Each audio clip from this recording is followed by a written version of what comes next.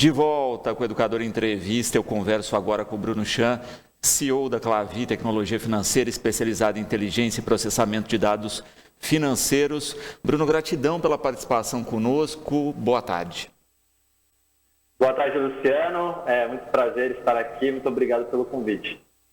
Bom, nós vamos falar a respeito de um tema hoje, né? A gente estava conversando aqui no intervalo, que é o Open Bank, né? Que é uma ferramenta que as pessoas estão começando a ouvir falar, mas poucos ainda conhecem, né? Vamos introduzir aí, né? Para quem não sabe, para quem só ouviu falar, o que seria o Open Bank? O Open Banking, Luciano, ele são várias coisas, tá? Mas acho que o mais importante do Open Banking é a fase 2 do Open Banking, que já começou, que vai facilitar o compartilhamento de dados que você tem em algum banco para qualquer outro banco. Então, dessa forma, o banco receptor que não te conhece, alguma conta nova que você quer abrir ou pedir algum crédito, esse banco não te conhece, você pode facilmente transferir ou compartilhar toda a informação que você tem no banco que você já tem histórico com esse novo banco. E dessa forma, a ideia é que você, consumidor, tenha mais acesso a ofertas de crédito, de conta, de investimento, todo esse mundo de produtos e serviços financeiros, e você possa escolher uma condição que seja mais favorável para você. Perfeito. E é interessante porque vai gerar aí uma concorrência natural entre os bancos. Exatamente, não somente os bancos, mas o Open Banking ele também engloba fintechs, startups, como essas que a gente conhece, sim, que vem nascendo no mercado, novos bancos digitais, novas empresas de crédito, novas empresas de cartão. Então, a competitividade vai aumentar não só para os bancos, mas também para todas essas empresas novas que estão surgindo. Eu acho que as pessoas, né, têm um comparativo e experimentaram isso, né, com a telefonia celular, né, com essa coisa de você poder levar o seu número para qualquer operadora. Eu acho que é parecido, tá, com a telefonia. A diferença é que a telefonia a gente fala de portabilidade, né, que pega daqui e leva para lá, né? Então, tira de um e coloca no outro.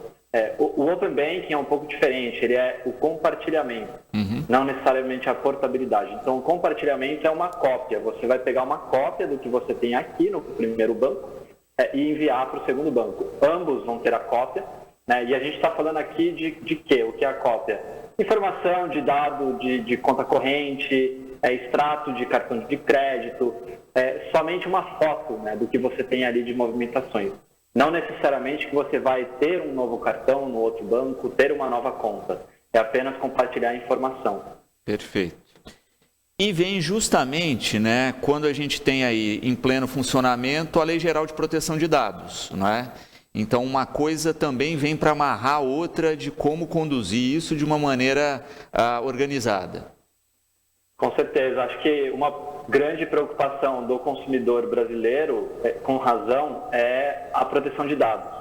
Então, como a gente fala de dados financeiros, é uma informação sensível, é uma informação que a gente tem que cuidar e ter certeza e garantir que isso não vai ser vazado, não vai ser utilizado de formas inadequadas. Então, a LGPD, ela protege, né, faz com que as empresas que participem do Open Banking participem de uma maneira segura dentro da lei de proteção de dados, e isso faz com que o consumidor, né, que o consumidor tenha mais vontade de participar, tenha menos receio, né, de compartilhar esse tipo de dado financeiro. É seguro, tá? Queria deixar claro que é um sistema seguro, então recomendo todo mundo participar.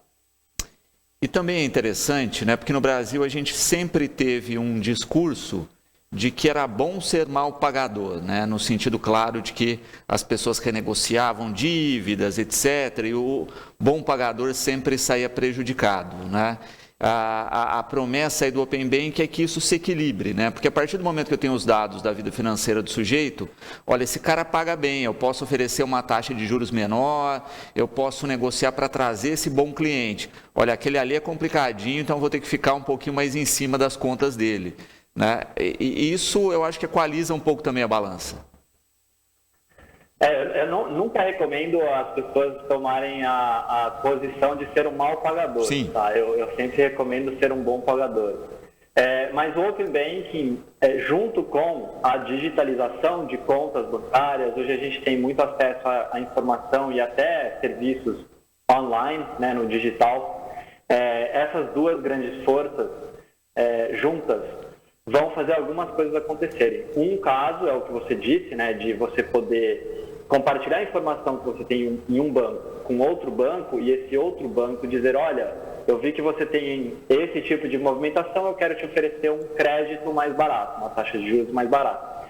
Outro tipo de consequência, né, do Open Banking é que você, hoje, o brasileiro comum, paga muita tarifa bancária. Isso é mensalidade de conta corrente, tarifa de cartão de crédito, cheque especial, SMS, são várias coisas. E a maioria das pessoas não sabem que eles estão pagando essas tarifas. É uma coisa meio escondida.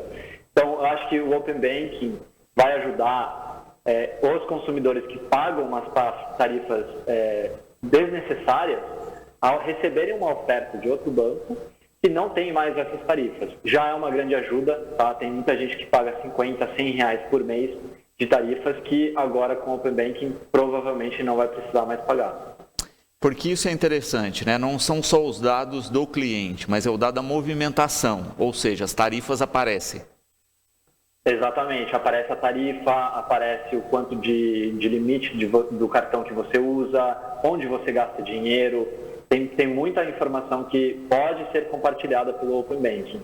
E eu acho que é importante também dizer para o consumidor que está nos ouvindo, todo esse compartilhamento de informação depende do consumidor. Então, se você, dono daquela informação no banco, quiser compartilhar, você decide com quem você compartilha, quanta informação você compartilha, por quanto tempo é compartilhado. Então, é sempre o consumidor que... Não é que o Open Banking saiu e todo mundo está recebendo a sua informação. Não, você, consumidor, decide para onde essa informação vai ser compartilhada. O Reginaldo coloca aqui, né, que muito se falou também que o Open Banking vai também transformar a vida daqueles milhões de brasileiros que não têm relações financeiras com instituições financeiras, né, como os bancos. O que você acha que abre aí de portas para essas pessoas, para esses milhões de brasileiros que não têm contato com essas instituições? O Open Banking, infelizmente o Open Banking, ele só ajuda, pela minha perspectiva, quem está dentro do sistema bancário hoje, porque é compartilhamento de informação financeira nas instituições. Mas o Open Banking é o primeiro passo para uma coisa muito maior chamada Open Finance, que são finanças abertas. O Open Finance não é só banco que a gente está falando. A gente está falando de conta de luz, conta de gás, conta de internet, qualquer movimentação financeira que você tenha. O Open Finance realmente vai ajudar o desbancarizado brasileiro, que são milhões de pessoas, acho que 35 milhões de pessoas desbancarizadas no Brasil, adultos desbancarizados no Brasil. Mas essas pessoas movimentam em outras contas, né? Telefonia, internet, etc. Então, poder compartilhar essa informação, que você é um bom pagador, você paga as contas em dia, você movimenta ali com alguma instituição financeira para que você comece a ter acesso a crédito, comece a ter acesso a conta, isso sim vai revolucionar esse segmento de desbancarizados. Infelizmente, o Open Banking é o primeiro passo. Eu acho que vai demorar um pouco para chegar no Open Finance, mas realmente é um começo, é um bom começo. Exatamente, né? Porque se tem uma coisa que todo brasileiro tem em algum momento é o boleto, né? Então o boleto está lá, você está envolvido com instituição financeira. Exatamente. E tradicionalmente no Brasil, né, se você paga todas as suas contas em dia, mas esquece de pagar uma conta, você está negativado. E para o sistema financeiro, bancário, você é negativado. Independente se você tem boas movimentações, paga todas as contas em dia, mas virou uma bola de neve, aquela dívida lá que você esqueceu, isso não é justo, no meu olhar. Então, é importante o Open Banking, que o consumidor possa compartilhar todas as outras informações, para que ele realmente possa participar do sistema financeiro. Tem acesso a crédito, tem acesso a financiamento, tem acesso a PIX, a TED, enfim, faça parte do sistema financeiro, é bastante importante. Exatamente, né? Porque toda a análise financeira do país era feita justamente, como você coloca, por uma fatia muito pequena, que às vezes não é nem acarretada pelo cliente, mas às vezes pela tecnologia. Olha, gerou um boleto que o código de barra não funcionou, que gerou um atraso, ou enfim, era uma conta que estava no débito automático, o sujeito não viu que saiu do débito e se acumulou. Né? A gente tem N questões aí da inadimplência que não são só financeiras.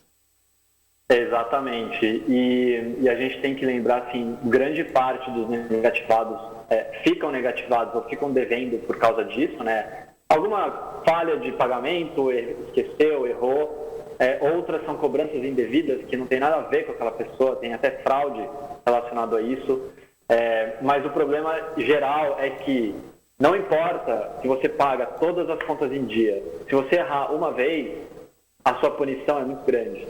Então, essa dinâmica que a gente tem que mudar, e isso vai ser alterado por causa do Open Banking. Com o Open Banking, você pode compartilhar toda essa informação boa, né, de bom pagamento, com qualquer instituição, e a gente pode começar a dar mais peso para isso e menos peso para aquela falha uma vez que aconteceu há 3 anos atrás. Uhum. Virgínia colocando, né, como é que isso vai ocorrer? Né? A gente vai ter que preencher formulários, como é que vai ser esse processo?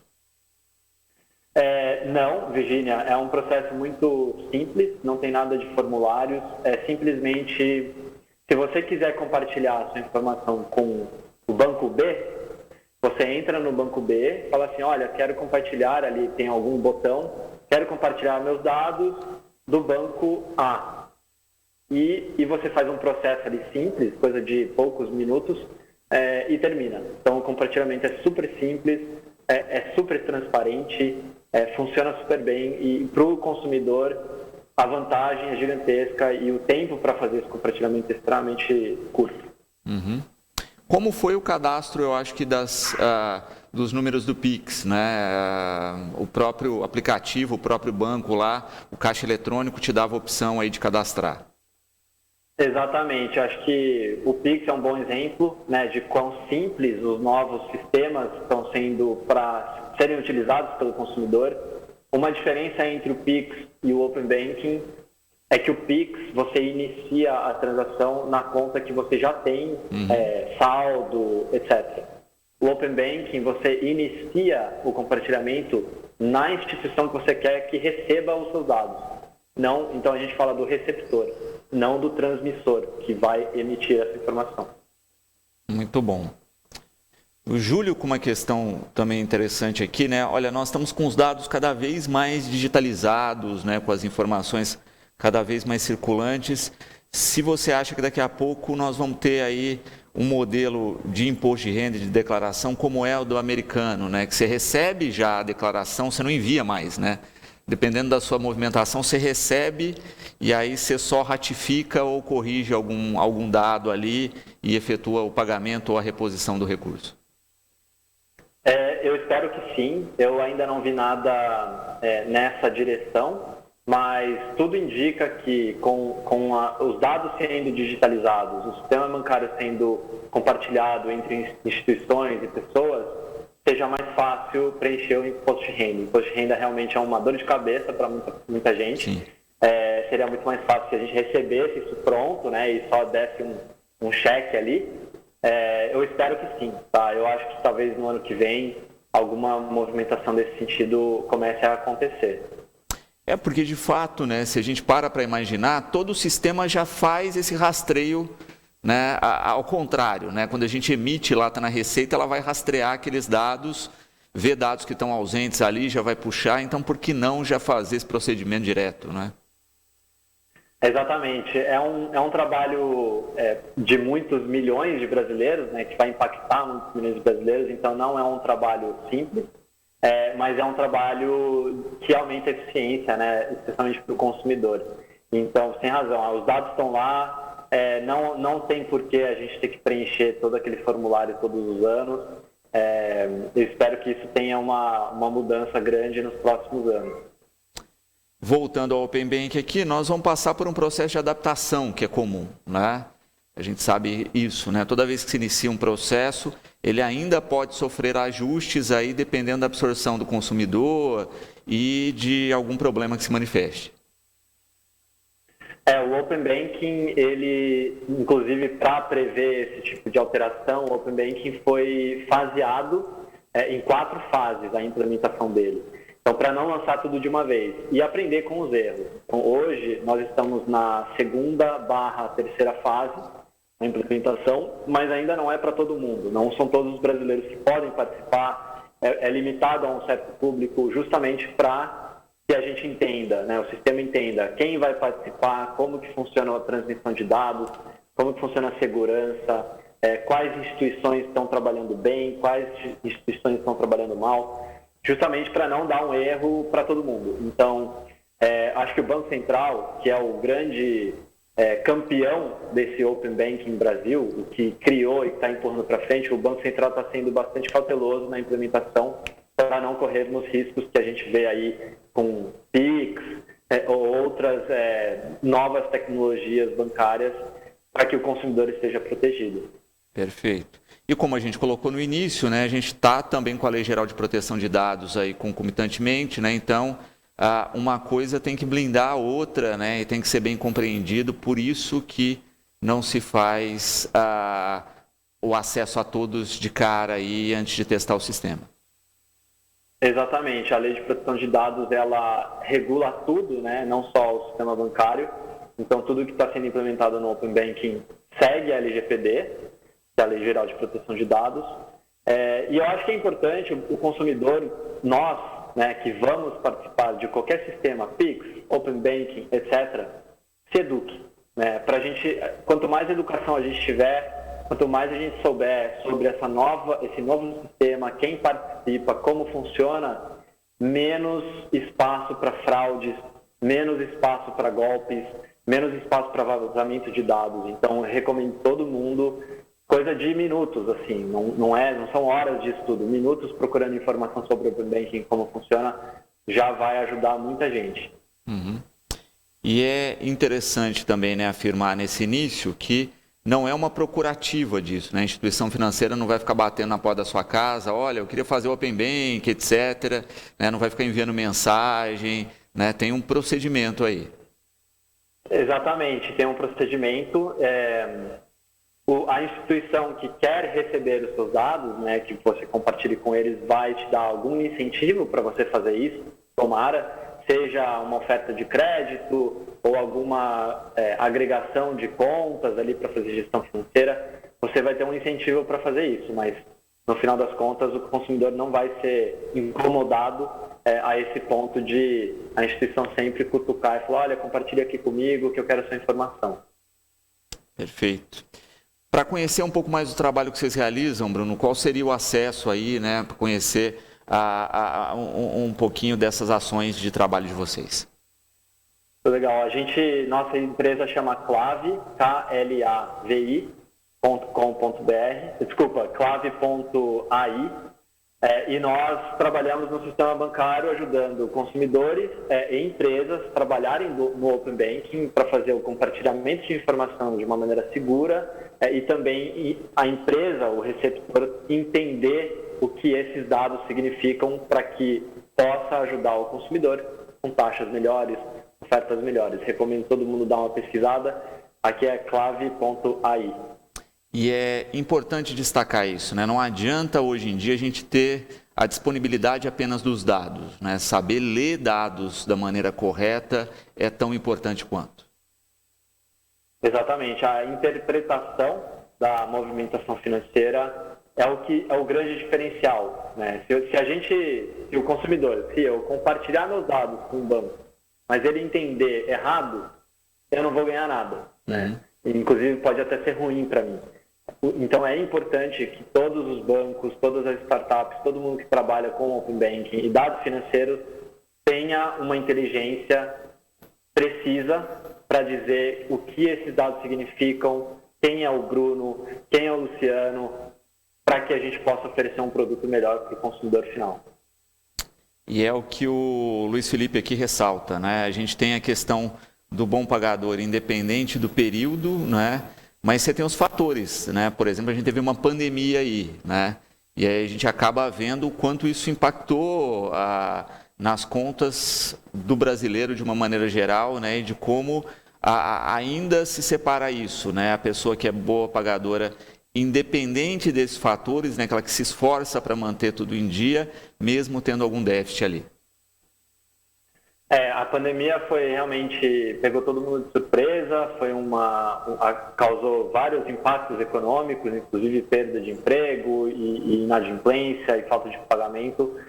Estamos recuperando, eu tenho uma boa previsão para o próximo ano, eu acho que a economia vai melhorar e é importante, no final das contas, com pandemia, sem pandemia, que o brasileiro esteja atualizado, né, com questões financeiras, esteja planejando o seu futuro para que quando aconteça alguma imprevisão dessas, a gente possa navegar de uma maneira simples, né, sem ficar em dívidas, etc. Então, a educação financeira é extremamente importante, e tanto na pandemia quanto fora da pandemia. Acho que muitos consumidores vão aprender com o que aconteceu nesse último ano e meio, para que não aconteça mais daqui para frente.